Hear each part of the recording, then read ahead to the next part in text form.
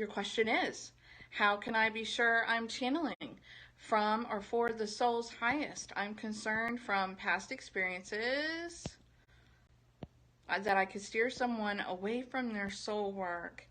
As I type this, I'm receiving guidance. Would love your input. You know, your heart is already so mature and set on the highest good of the individual for you to be asking this. We talk about this a lot in Spirit Messenger Mastery. So for those of you who heard me talking about training, there's mastery when you evolve through past divine communication and mastering your psychic skill set. Then we take you off to college. We give you the advanced because there's more out there.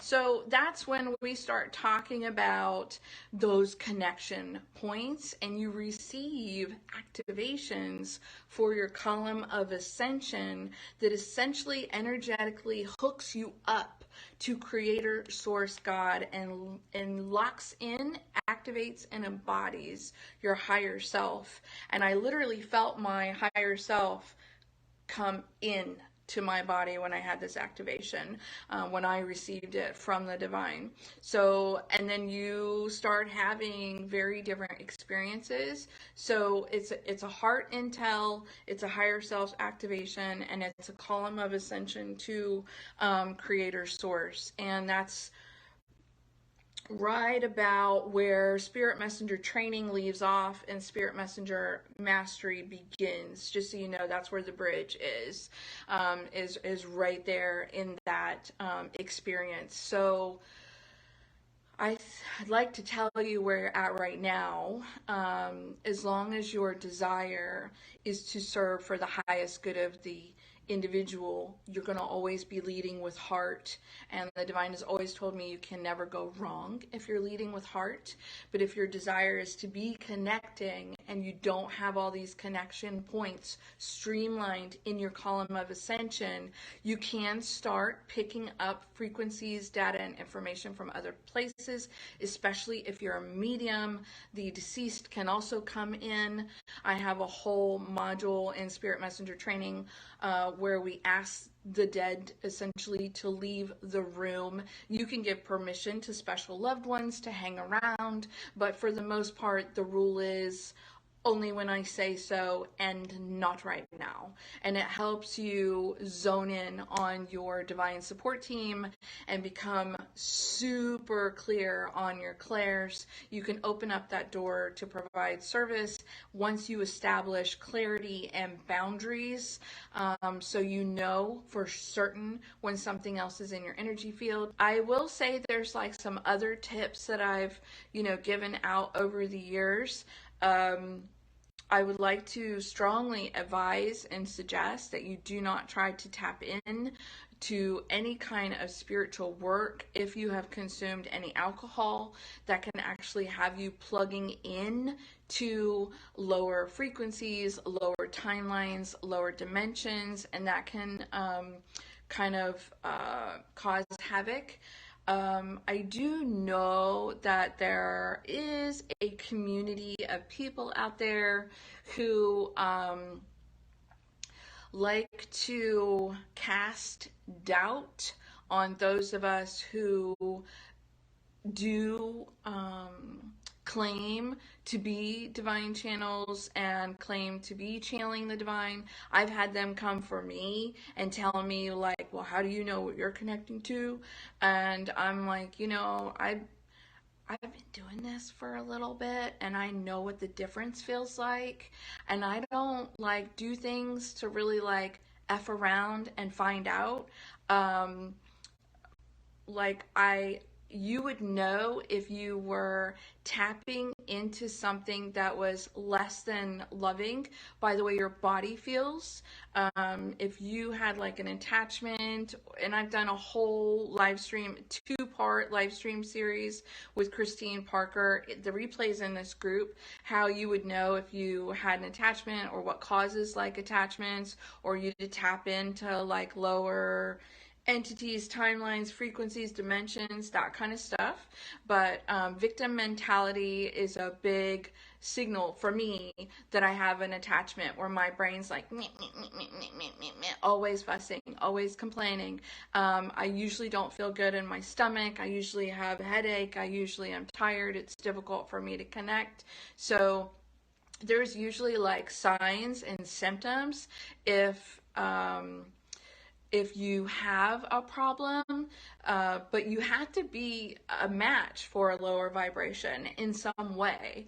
So I wouldn't recommend trying to tune in intuitively and get guidance for someone else if you're suicidal or if you're depressed. Like, serve self first, right? And make your wholeness and your wellness your number one priority.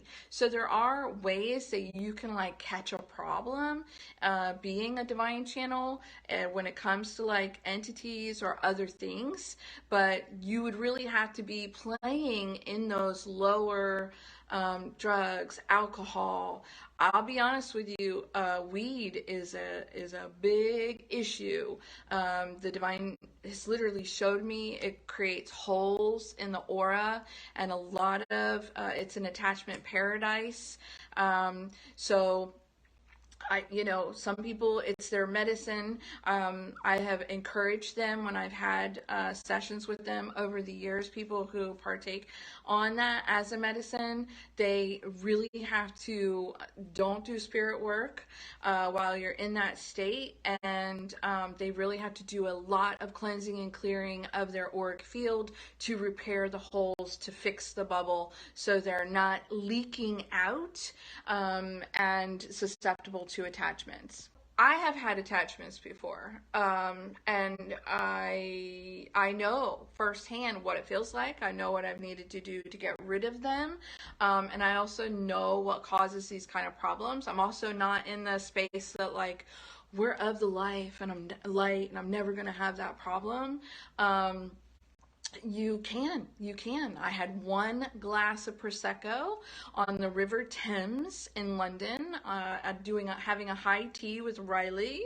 I mean, what could be more fundamentally fantastic? But that old city with all those discarnate entities and that alcohol in my system created an attachment that it took me 3 days to get rid of. And so that was back in 2018.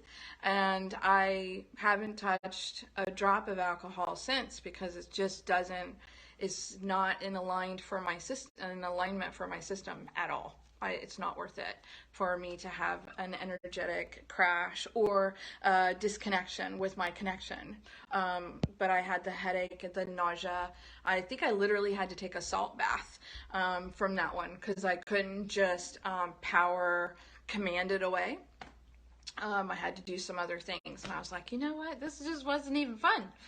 This part of it, the whole prosecco thing, and then the aftercare. So, yeah, for me, it just doesn't work. And I know that's not the same for all people, but this is why I think it's important to have a connection with your divine support team, because they'll tutor you on what your areas, issues or things to be, on alert or concerned about.